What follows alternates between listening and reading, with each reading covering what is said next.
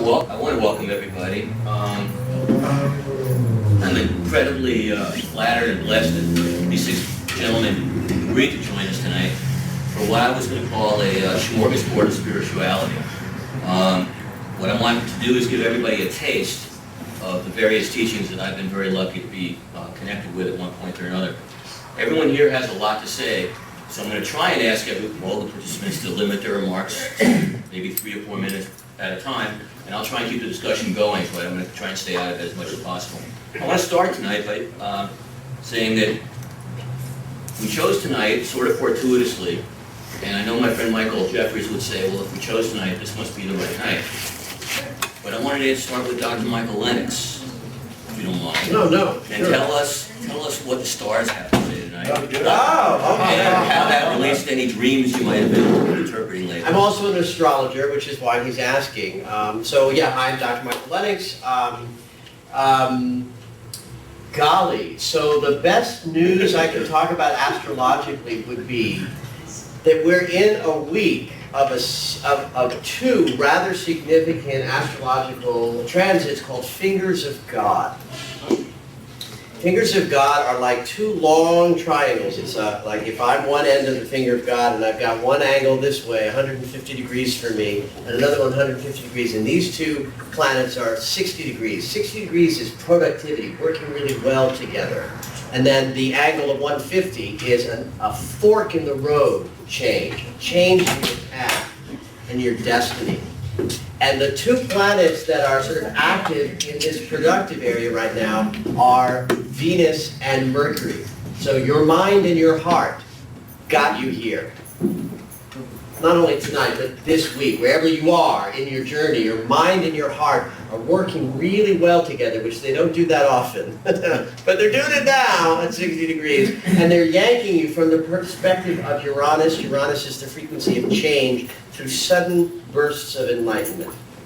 So this is a week of shifts in your path through sudden bursts of enlightenment as a result of your heart and your head working together. And another little sextile that's creating also a finger of God is between Chiron and Pluto. That's the frequency of change, Pluto through leveling a landscape to build up a new one. And Chiron is the wounded healer, the mastery planet. There's a lot of shift happening this week, so welcome to your shifting life. We're here the right time. You picked the right one. Pick the right good.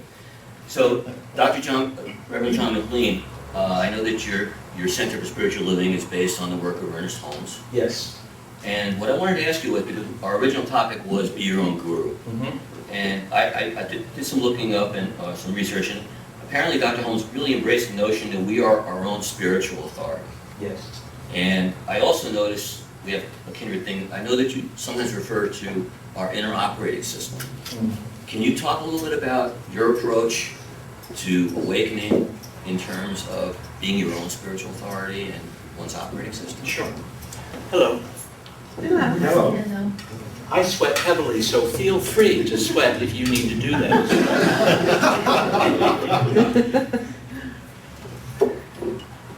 Centers for Spiritual Living is, they used to be called the Churches of Religious Science, New Thought. Started here in LA in the 30s. When I talk about this, the way I really like to frame it is that it's something that it doesn't really sound like. It doesn't have much to do with science. It has a lot to do with what is academically called the perennial philosophy, those basic ideas that are common to all the great religions. What all the great spiritualities, let's put it that way, have in common is that there is a ground of being, and life arises from a ground of being, and that everything is infused with spirit. God mind, God intelligence, creative vitality itself. I think in this country, the science of mind and the New Thought movement, which includes unity churches, if you know about them as well, and frankly, Course in Miracles material isn't all that different from a lot of what we talk about, is that in our language, it comes from the revelation of George Fox around 1640 in England, who started the Friends movement, the Quaker thing. And he had an ecstatic opening to a larger sense of self and felt for sure that there was that of God in all. And then coming from them, a lot of our influences are from Ralph Waldo Emerson and Mary Baker Eddy, who started the Christian Science work. And we're like Christian Science in that, well, I am clergy technically for legal reasons. But, you know, in religion and Christian Science, they have readers and then people who pray with you. The purpose of praying with you is that I cannot pray for you. I can't do anything for you.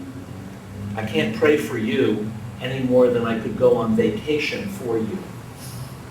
I could go on vacation with you. I could encourage you to take a vacation, and we could do that together. And you might be excited and rewarded on that vacation. And that's what part of the prayer process is. You know, we are a teaching order and a praying order, really, rather than clergy. It's called science. I won't speak for Christian Science, I'll speak for religious science and the Centers for Spiritual Living. It's called science, and that comes from the Enlightenment philosophers, specifically the secular movement in this country, which begins with Franklin and Jefferson, and that it is scientific to observe the laws of nature, and as it says in the Declaration of Independence, the laws of nature and nature's God. And that is what we talk about, and you are a part of that. You are all of that too. So there is no person that knows any more really about anything that's right for you than your own inherent wisdom. So what you, oh, sorry. And then whatever practices you adopt, you stay with those and you work them through your life. So what you're saying is, be your own authority, and since you can't help anybody, they have to be their own travel agents on the journey as well. Exactly right. Exactly right. All right, I'm going to turn to my friend Michael Jeffries for the next one. I wanted to ask, Michael, you posted this morning on Facebook about a question that everyone seems to have about when do I awaken in the future, right? If I remember, right? And you sort of said, and I thought this was great, you said a thought can't reveal what's already here. So the question would be, what can we learn in a venue like this, and can you elaborate a little bit about the idea of what awakening is and when you think you can actually awaken? Is it in the future, or is it always right now? Yeah. Thanks, Tom. Hi, everyone. Welcome. I'm Michael Jeffries, and I'm the organizer of the Santa Monica Eckhart Tolle Meetup group. And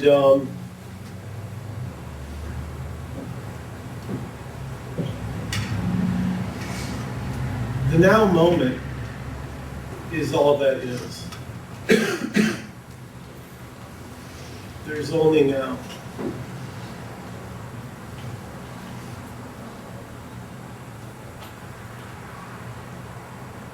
And it's the mind that takes us out of the now moment.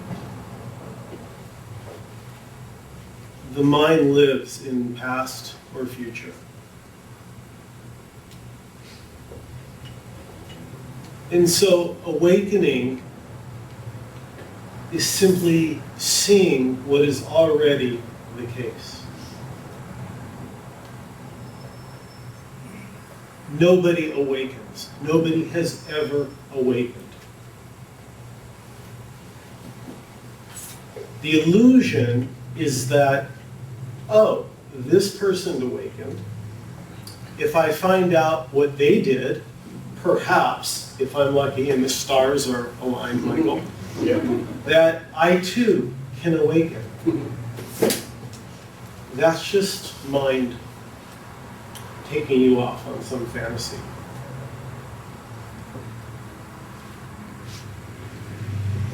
All that awakening is clearly seeing what is already the case.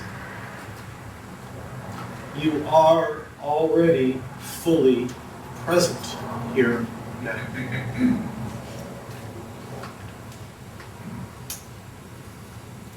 If you don't believe me, then try to get out of the now.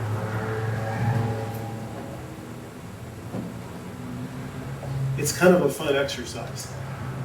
Try and not be in the present moment. Really give it a shot. For instance, Lewis, I'm really unhappy with the now moment. Could you make now not be now, please? Go ahead. Make now not be now. Yeah. Not now. Do you see? Do you see? It's only a thought that can take us out of the now. And it doesn't really take us anywhere. It's just that we kind of get on board of a mental projection. So all awakening is clearly seeing what is already the case. You are already present now.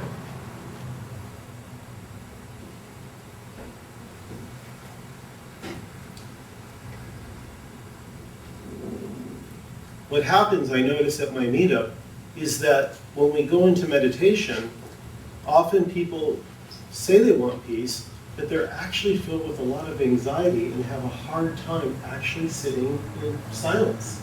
It's very unnatural to most people because we're caught up in a world that's filled with distraction. Buzz, buzz, buzz, buzz, buzz. Check the BlackBerry, check the Facebook, check this, check email, da da da da da. The idea of actually being present with what is, as it is, not needing anything to be different than the way it is. Total surrender is all the great paths talk about. Totally accepting what is as it is, needing nothing to be different. As I said, Tom, right before I left, I did a post on Facebook. If God, life, doesn't have a problem with this moment, why should you? So I want to turn to Freeman. And I've heard Freeman say many times that shame, blame, or guilt are always a misconception. So, and you call yourself a pattern interruption specialist. So how do you interrupt those kinds of patterns? How do you change that operating system for yourself?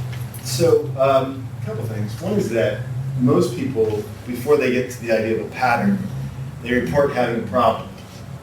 And that's where there's a fundamental shift, that the opportunity to shift into understanding these are patterns.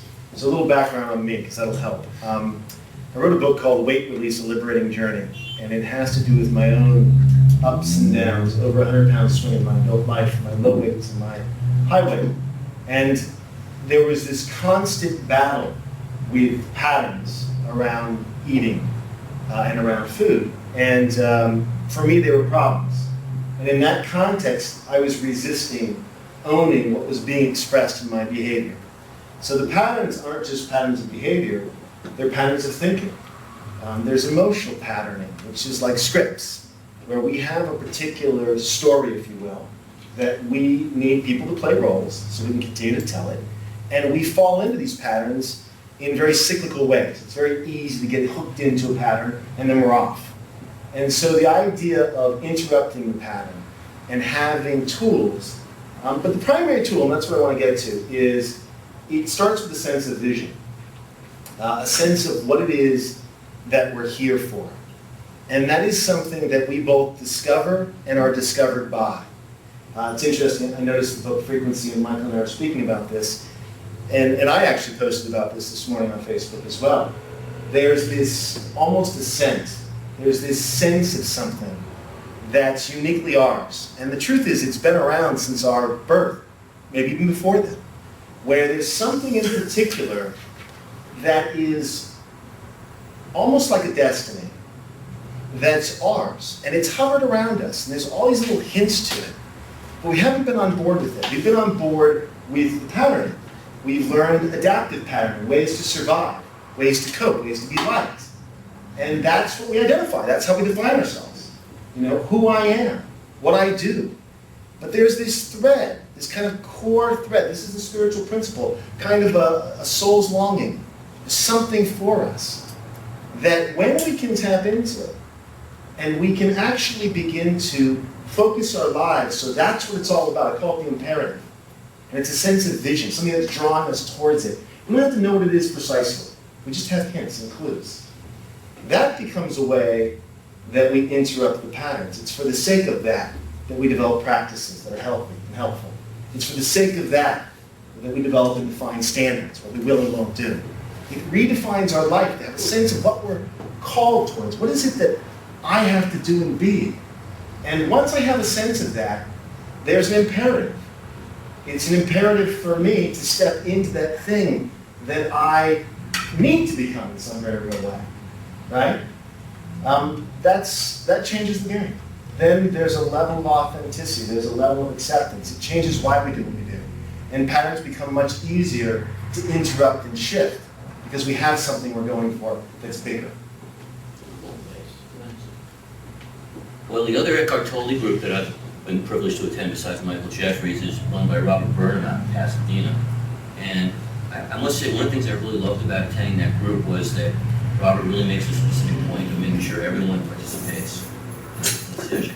But I also noticed with these groups, and I was one that, the reason I joined, a lot of people come with really significant life issues, and Eckhart Tolle seems to be a tremendous source of relief for a lot of people. I wanted to ask you, we share an interest in computers. Robert has a computer business. How did technology, if at all, influence your decision to first find Eckhart Tolle and actually begin to study his work and maybe start the group in Pasadena? Well, that's an interesting question. I would say that technology, I'll try to speak up, I have kind of a quiet voice. Technology started me on the Eckhart Tolle path because I was at an airport and I was waiting for a plane, and I needed something to keep me busy for the 5 hours of hell that I was going to be on the deep travel.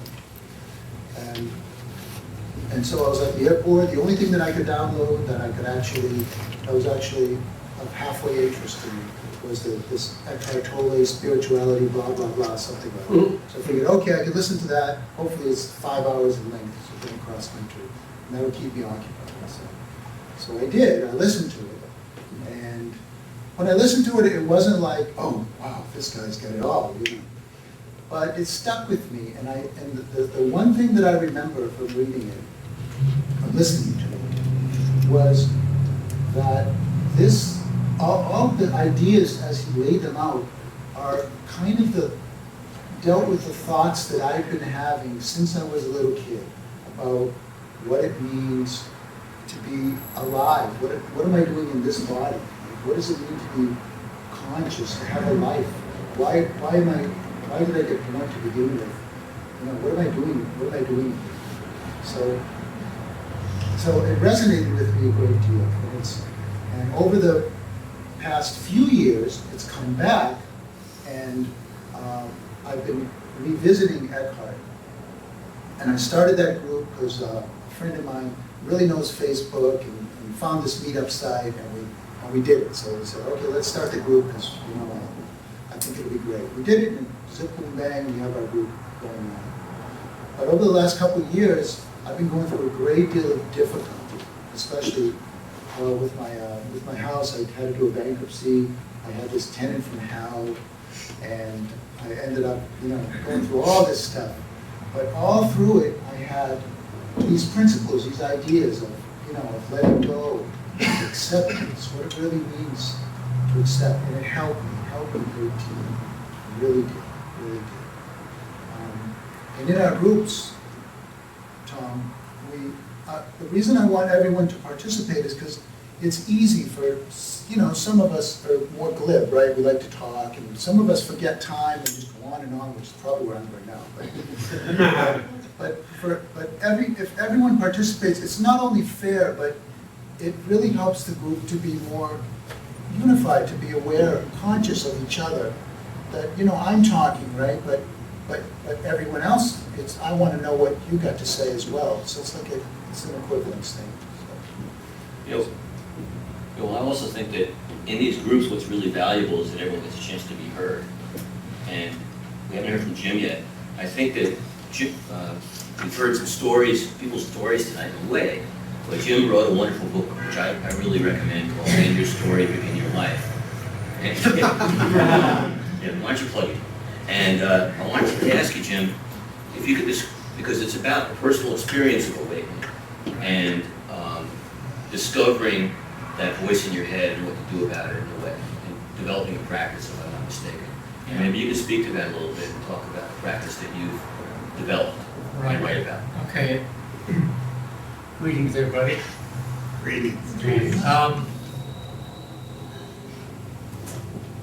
Well, Michael's my buddy. We hang out sometimes, and it's all about being here now. Realizing that here now is all there is. And when we're comfortable with being here now, then we're at ease here now. We're in the flow of the now. I use this expression in my book. We're one with the ease, harmony, and flow of life. And then out of that being one with life, we think about what we need to do, or we do what we need to do, or what we love to do, what we have to do. We take action. Lao Tzu said the way to do is to be. So you become established in being here now, and then you do what you have to do or love to do. And then you have the results you have, right? You have the fruits of your actions. You're not a... The thing about results, fruits of the actions, they're always subject to change. You know, money comes and goes, health comes and goes, relationships come and go. But the more established you are in your true nature, your true awakened nature, pure being here now, the less attached you are to the fruits of your actions. And if it does change, you don't freak out because you're already established in being. You're already fulfilled here now. So that's what I teach. It's what Eckhart Tolle teaches. It's what, I wasn't an Eckhart Tolle student, although I've since had him speak a number of times, but my teacher was Jean Klein, who was a non-dual teacher, the Advaita Vedanta tradition. It's from Europe. I met him in 1984. And I was suffering. I thought I was my story. I thought I was my thoughts. And hence the title of my book, End Your Story, Begin Your Life, because the more free you become, the more you realize, I'm not my story. My story comes and goes. My story changes, right? You look at how your story has changed over the years. It's always in process. Your thoughts come and go. The I thought, the me thought, we so identify with this I thought. But that changes and comes and goes too. So I had this mantra in the year before I woke up in 1995. I said to myself, whenever I was suffering, I wasn't suffering very much, but I would suffer occasionally, I would say to myself, I welcome this experience. It is showing me or I'm not yet free. And that's basically the first step of my 3-step practice. Be present with your experience, welcome it. The second step is to notice the thought or story you're telling yourself. Because there's always a thought or story behind suffering. No story, no suffering. Right? We're just here. So you notice the thought or story you're telling yourself behind your suffering. And then the third step, see the truth. And the truth is, the thought or story comes and goes. Just like the suffering comes and goes. But we are always here. So breathe, relax, and be here now. Thank you. So what I've heard from several of you is this thing about what Eckhart Tolle calls the ego, or that voice in your head that you can mistake for your real identity and how it's often running our lives. I was wondering, again, what practical steps some of you may have to notice that voice in your head and work with it. I see Dr. Lennox nodding, and I've gone to some of your dream circles. And what you seem to do is you seem to let people explore their various components of who they really are through their dreams. You want to talk about that one? Well, I want to address first the idea of what's a practical way of getting out of one's head. You know, your head is your enemy. You know, heaven, hell. Our conscious mind is this much of who we are, this much, and this is everything. This is everything you will ever think is in this little tiny bit, and we are this much. This is who we truly are. But you can't even consider this without using this. This is everything. This is it. So one of the things that I love about dreams is dreams bring us instantly into the three-dimensional, the five-dimensional sense of self. We are fully ourselves in that sort of magnificent. And then we wake up and we have to go back to this place to consider the dream. But one of the things to appreciate about the dream state is that it is vibrating in that other invisible self. And it's doing its job by itself. In other words, you don't even have to be remembering your dreams for your soul to be expanding. That's what dreams are there for. That's what they're doing, even if you don't remember them. That's their purpose. If you remember a dream and spend a little time ruminating on it, it's like stimulating this invisible part of you a little bit more. If you speak to someone about that dream and just have a dialogue about it, you're stimulating it even more. What happens when we stimulate things? They get bigger, or, okay, I have to remove myself from decorum, but you understand that stimulation by itself is just a good and grand thing. Perhaps the most engaging thing one can do to stimulate the dream life is to respond to your unconscious mind in the same creative language that it's speaking to you. Draw it, write a poem about it, dance around the living room. The dream circles are designed to have a group experience of that stimulation. So while it's this part of our mind, this part of our mind is designed to tell you if you need a sweater. That's about it. That's its value. The rest is all about what's happening in the heart space and in the moment and in the breath. Everything you need to know. Your mind will take care of you if you're about to cross the street and there's a truck coming down the way very fast. You don't have to worry about it. But other than that, you don't have to be thinking really about anything, including and especially your to-do list. But the thing I notice in my practice, both as a psychologist, as a dream expert, and as an astrologer, is that people are not pausing and they're not breathing. So if you do nothing else in a practice, but put your hand on your heart and another one on your belly, take a deep breath and practice pausing, that would be enough to radically change your experience as a practical Coming back to Michael Longo. Go ahead. All right, so secretly we know each other. We've worked together quite a bit. It's not such a secret. Yeah, it is. And one of the pieces that we've talked about a lot is, again, this thread of some part of me that's longing to come out, that there's hints of and clues of, and sensations and ways in which there's something there.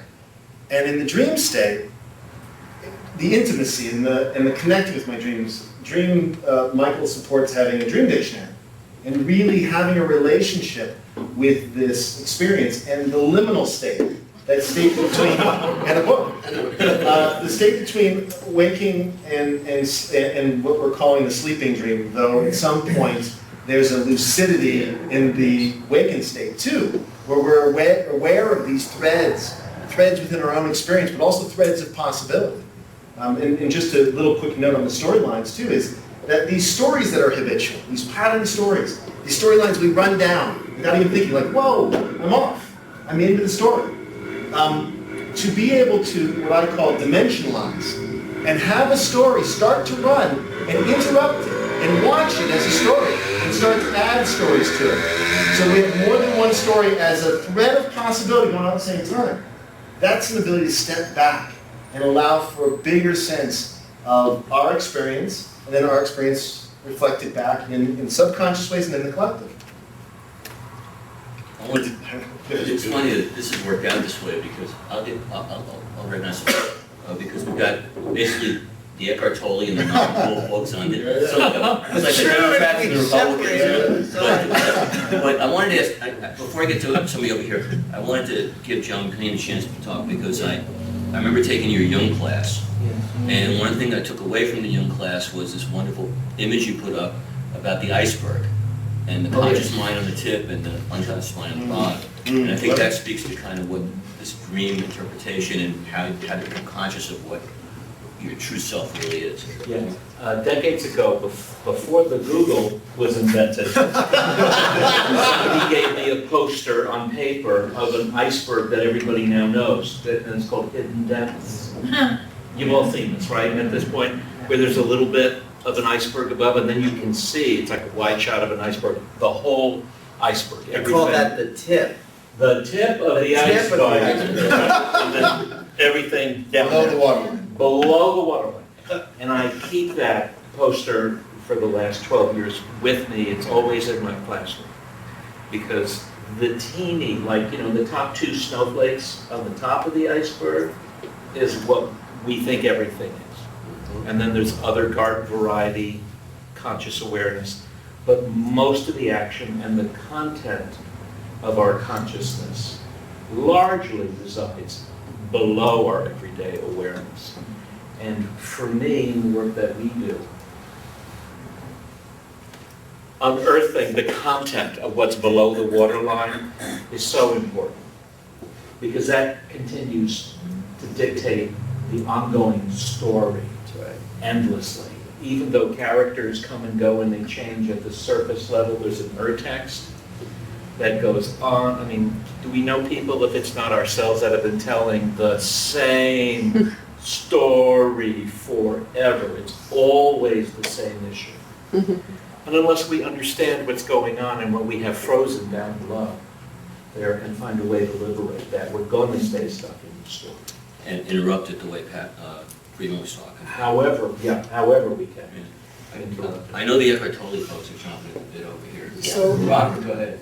Yes, not to take away from that, but there are many techniques, and ego is not easy to get away from because we're taught and we're trained from childhood in our culture that we are our story. We want to get a good education, go to good school so we can get a job, have money. We want to improve ourselves so that we can have a sense of peace and happiness, and we want to make enough money to be happy and to be able to do things. And then my parents were really mean to me, and things didn't work out right for me, but I'm still trying, and I'm gonna make it some. All this stuff. This is part of our cultures in all the movies and everything. It's part of who we are. So, and that is ego, because that's the story. We're living in the future for what's going to happen in the future, and we're living in the past. And what happened to me? It didn't work out. Oh, gee. So we're stuck. But that's not where our life is. Like you guys were saying earlier, our life is right here in the present. That's where we live. There is no future. Can you show it to me? We'll never encounter the future. We'll never encounter the past. It's gone. It's dead, 100%. And yet we devote so much energy to that. So much energy to that. So is it surprising that there are thoughts in our head that we identify with that go around and around and around? Say, for instance, when I'm trying to get to sleep and I have stuff that needs to get done tomorrow, I'm worried about something, I can't, it's not easy to just set those thoughts aside and say, okay, well, it's not logical, I gotta go to sleep now. If I don't sleep, I won't get up. Those thoughts are in there, and I want to cycle around because it's important to me. I've identified with that outcome, how things are going to turn out. It's like, oh, I really care about it. So one technique that I use that actually works, and Eckhart Tolle uses this as well, is taking my attention into my body.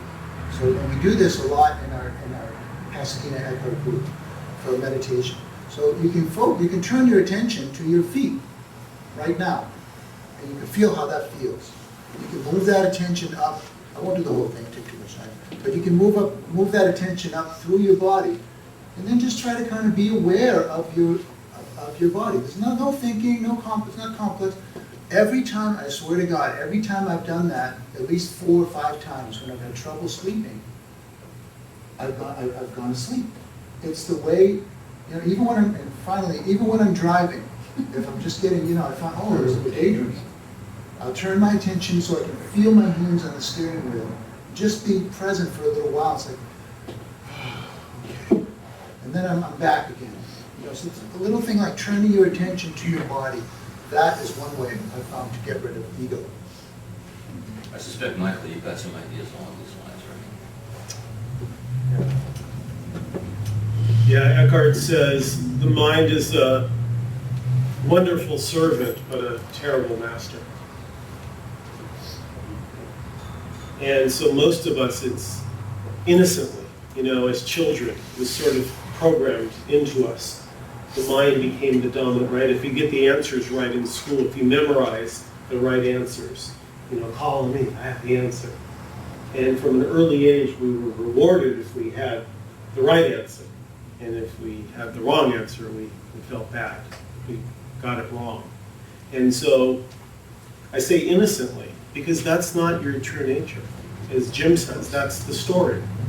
That's the story that most of us have gone on believing our whole lives. And so during the 90s, I interviewed Tony Robbins and Wayne Dyer and Arthur DeAngelis and all these motivational speakers, because that's what I was trying to do, was fix the image of who I thought I was. If I could just increase the self-esteem and get it high enough. What a joke. Yeah, Jim is laughing, and rightfully so. Because that whole facade crumbled when you're sitting there depressed at 3 in the morning. And you've tried all your tricks. And you've run out of answers. Nothing seems to work. And that's the point. When you're ready to surrender, you start to investigate who or what is this I that I take myself to be. And so if I were to share one thing with you guys to take home and really investigate, is who is that I that you take yourself to be? Is that an actual entity? Or is that just a mind construct that innocently you've taken on and have spent so much energy and so much time propping up and trying to rehabilitate? What would happen if you were to let that entire thing fall under its own weight? Just let it go. And just see the freedom.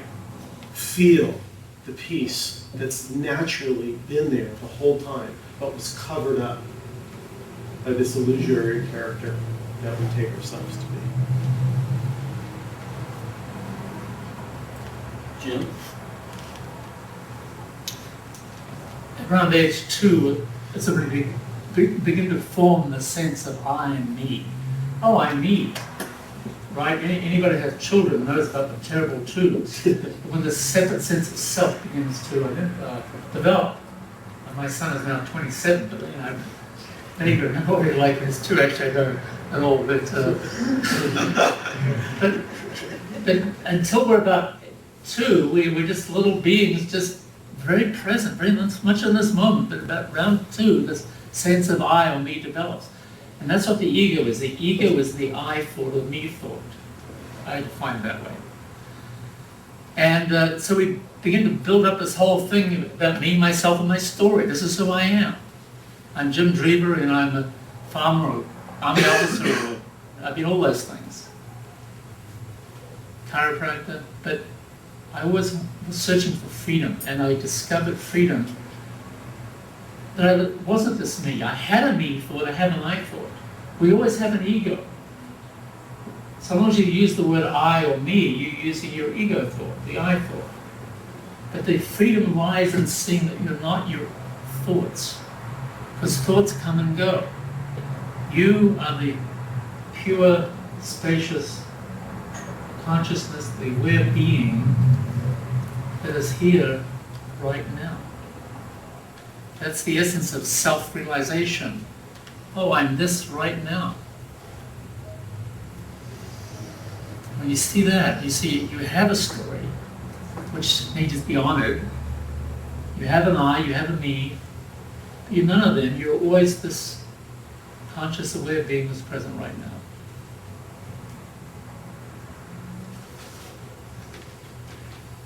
So I want to continue that thread about the thoughts and how Dr. Lennox talked about the conscious mind being just a small fragment of everything. I know that from talking to Freeman for many years, he makes a big deal about being intentional. So there's this inference, at least the way I take it sometimes, about that you can somehow control your thoughts or make yourself think a certain way.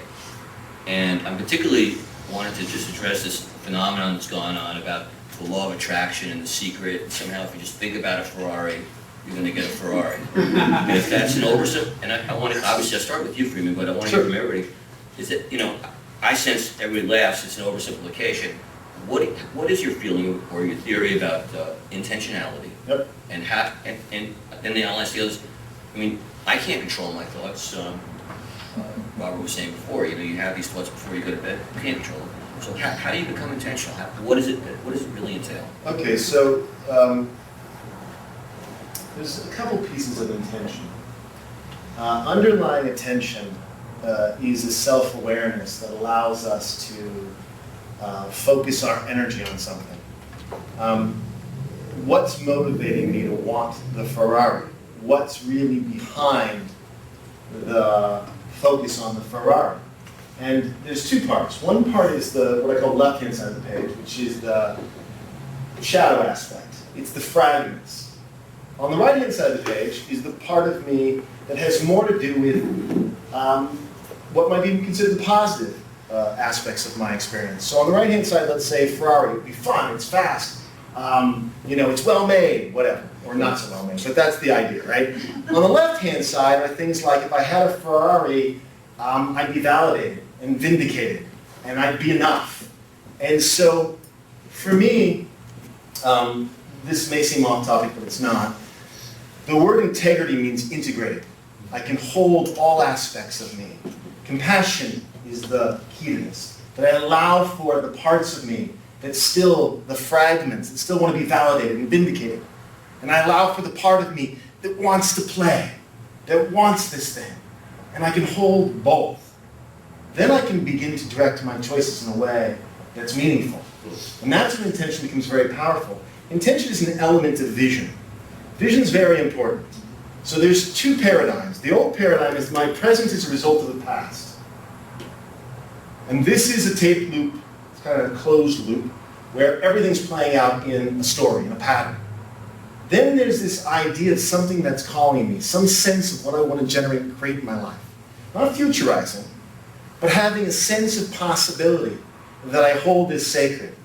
Then we say the new paradigm is my present is the result of the future set against the backdrop of the past.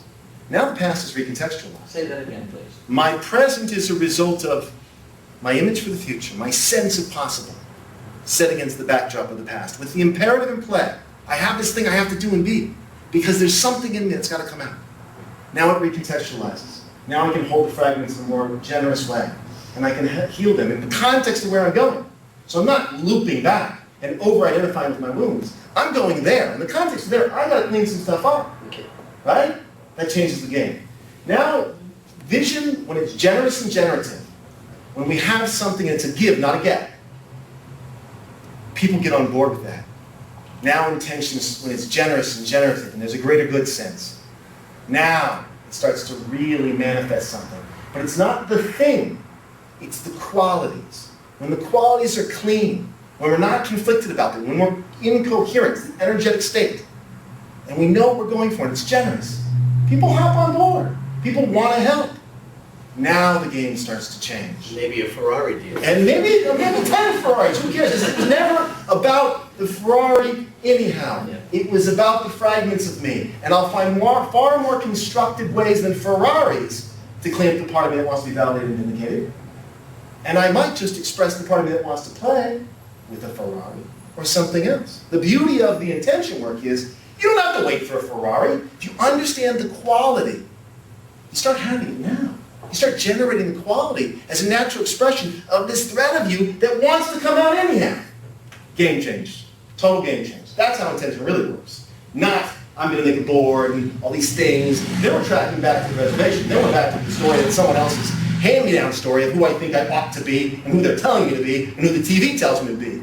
That's shadow play. I'll never be good enough in that game. But if I can shift to where I have something to give, there's something that's drawing me, then intention becomes a powerful way. So my intention might be to connect. My intention might be to communicate ideas. It's much cleaner than, please like me, right? John, I know everyone wants to talk about this, but when I've seen you speak at the center, a big part, and Freeman alluded to this, a big part of it was the sense of not being enough. And I get a sense that that's part of this whole thing with law of attraction, attracting something to fill yourself up. Right. Am I right about that? What would you say about that? I'm sorry. That is a part of the human condition? I think that because we live in a competitive communal experience, we're always comparing. And William Blake said, all comparisons are odious. They all stink. They do not serve your health and wholeness to compare yourself to anything or anyone other than your own best self, however you decide that to be. And this is very important work, and if I can reflect back on something you said, I think you said it to stimulate conversation, but you said we can't control our thoughts. I think despite the different modalities, we all probably agree that you can, you have to. I do. You have to make the effort. I'm very good At at the very it. least, manage them. I'm good at it, and I teach people how to do it as well, so, Right. absolutely. You know, the basic thought pattern, the basic story, and there's stuff that arises, right? Random, all the time. It's a constant effort. And comes at you. It's a constant That you daily. have to deflect. Well, is it a struggle? It's a discipline. It's a discipline. It's a muscle. But any discipline becomes an ecstasy. Well, I know that, Michael, we talked about having a practice for this kind of thing. So, one thing I found from you is the idea of being a scientist. Yeah, that's big. Yeah, be a scientist. Get curious. You know, when depression lands, anxiety lands, shows up, makes an appearance. If we're a victim, then there's no power in that. Victim is curl up into fetal position and just feel sorry for yourself. The scientist gets curious. Wow, I was just sitting here minding my business 2 minutes ago, happy as a clam, and now all of a sudden, look at this, I'm depressed. How did that happen? Get curious as to how the magic trick works. That is where the power is. When you get curious, wow, that's really interesting. Let me go into the depression. Let me get to know it. See, a little bit, for my, I don't see the mind as the enemy. I don't see the thoughts or the emotions. I see them as sort of misbehaving children that I need to get to know, and I want to discover them. Really, I don't see them as the enemy. In fact, Byron Katie talked about that. She said, and this made a big difference for me, and I love Byron Katie, huge Byron Katie fan. And she said, this was such a powerful thing. She said, when she said during her awakening, with the whole cockroach running over her leg, she said that I began to view each thought as a child, as one of my children. Now, if you see your thoughts as children, some that are misguided, doesn't that create a different context to how you deal with the thought, rather than getting angry at the thought, or telling it you don't like it, or trying to do battle with it? Because doesn't the thought or feeling want what we all want? Love. Why not love it? See what happens. Robert? So you were talking about The Secret, which is a really cool book and story, which I like, and it's helped me in my life. The Secret, Rhonda Burnham. For me, the idea of The Secret is that if we can visualize a new reality in a very concrete way, visualize very clearly the reality, the new reality, as you want to. Visualize it as if it's almost like when you're a kid, as if it's already actually happened. It's already this way. What would I feel like? And then feel what it feels like to carry that new reality around. It's kind of like play acting, but you got to actually do it. You got to play act that and put that belief on like a suit of clothes. Try it, and it works. I tried it with losing weight. I lost like 45 pounds. using the secret, and it really, you just change your mindset and you start seeing things a different, it works. And it can get you what you want. And over the years, they call it a secret because most people, most average people, they don't really realize it, but most famous people throughout history, that was the secret of how they achieved greatness. The scientists, whatever, is they could visualize a new reality. They could make it real, concrete for them. And then their mind or whatever kind of naturally follows that new path to the river. The river's changed its path, so it's easiest to follow this new path as we've imagined it. And so the secret is great for achieving what you want, but of course, as we know now, it's better not to want things. It's better because wanting things is not accepting the reality of now, of what's present. And it's hard to accept the present. Oh God, it's like, no, I really want it to be this way, and it's not this way. It's a struggle, and sometimes you have to suffer. You have to have your own cross that you're bearing. You have to suffer. You have to be on death's door. You have to lose loved ones. You have to lose animals that you've loved. And then you go into a depth, and then you're able to, okay. Then you can accept it. But it's not easy to give up that ego, that identity. You got to do it though. You just got to try it and see what happens. Try it. Be your own guru. Try it. See what happens. So if you Be want the to be here scientist. now, you can't be here now. Because that would prevent, the one thing would prevent you from being here now. So the only way to be here now is to not care about being here now. Really is to not care about the damn future. The future that you want. Not care so much. Because you know when you get to that future, the life circumstances may suck or they may be a little better, right? But when you get there, you know that you're going to be able to be present. And you know that things, it might be a little hot in here, right? But things are not so bad if we accept them. If you practice accepting little things, you start accepting more, and it's good. It's really good to be more in touch with the moment, be more accepting of now, how it is now. Tom, can I just add to that? Because actually a good point, a point that I get asked a lot, and I think Robert is saying, it doesn't mean that, and Eckhart actually uses this example, if you step in, let's say, a puddle of water, it's raining and there's some mud in the puddle and you don't see it and you accidentally step in it and there's now, your foot is, 6 inches deep in muddy water, he's not saying leave it there. Oh God, I have to accept it. Well, it's so horrible, but Eckhart says accept it. No, what he's saying is, in the moment, that's what is. Oh, look, I had no idea today was step in the mud puddle day. Who knew, right? And then, once you've accepted it, there's no anger. There may be, and if anger arises, okay, so it arises. But it doesn't have to. You could just go, well, look at that, I stepped in the mud puddle. There's no argument with it. It already is. And that's one thing that I noticed that most of us have not been taught is the understanding of what is. Do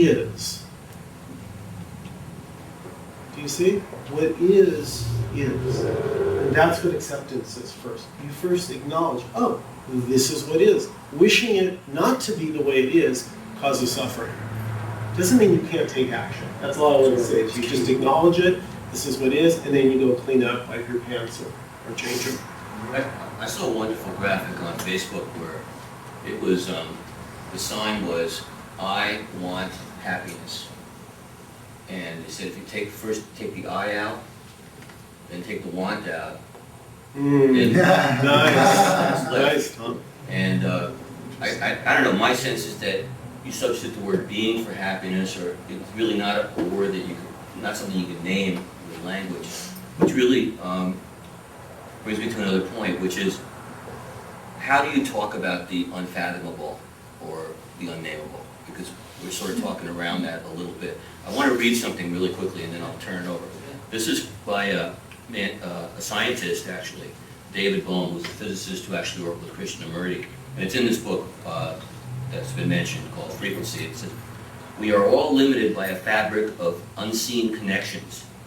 This fabric is constantly changing and evolving. This field is directly structured and influenced by our behavior and by our understanding. When you try and approach that scientifically or with language, it's extremely difficult, and yet that's something you guys all do in your work, right? What's the secret? So, Yeah, Miss Hugh, go ahead, start. respond. I always say the teaching's in the words, but the transmission is in the silence. So the more comfortable you, the more awake and free you are, the more comfortable you are with silence. Because the more awake and free you are, the free you are of your story, your thoughts, the I thought. And so 80% of the thinking drops away because most people are obsessed with thinking about me, myself, my story, what's going to happen to me, how I can avoid this, how I can do that. Awakening is becoming free of that. You become free of it when you see it's not real. The story is not real between your ears. The thoughts are not real. They come and they go. You can't actually find a thought anywhere. When you see that, as I said, 80% of the thinking drops away, and then the other 20% of the powerful creative thoughts. Then you can use thought intentionally. You can use it to communicate with, to communicate ideas with, to brainstorm, to create something, right? Everything human-made, from the invention of the wheel 6,000 years ago to the smallest nanochip today, to everything in this room, the clothes we wear, all began as an idea in someone's mind, a thought. That's the power of thought. And the freer we are, the more we have access to that power of pure creativity. And the more then your creativity can emerge. Because each of us is gifted with our own divine creativity. And discovering your gift is what it's all about. I guess I'll let you go in a second. I guess one of the ways that we deal with the unfathomable is through metaphor. Yeah. And I know, John, you mentioned, I love it because I'm in the same boat, I'm sure Robert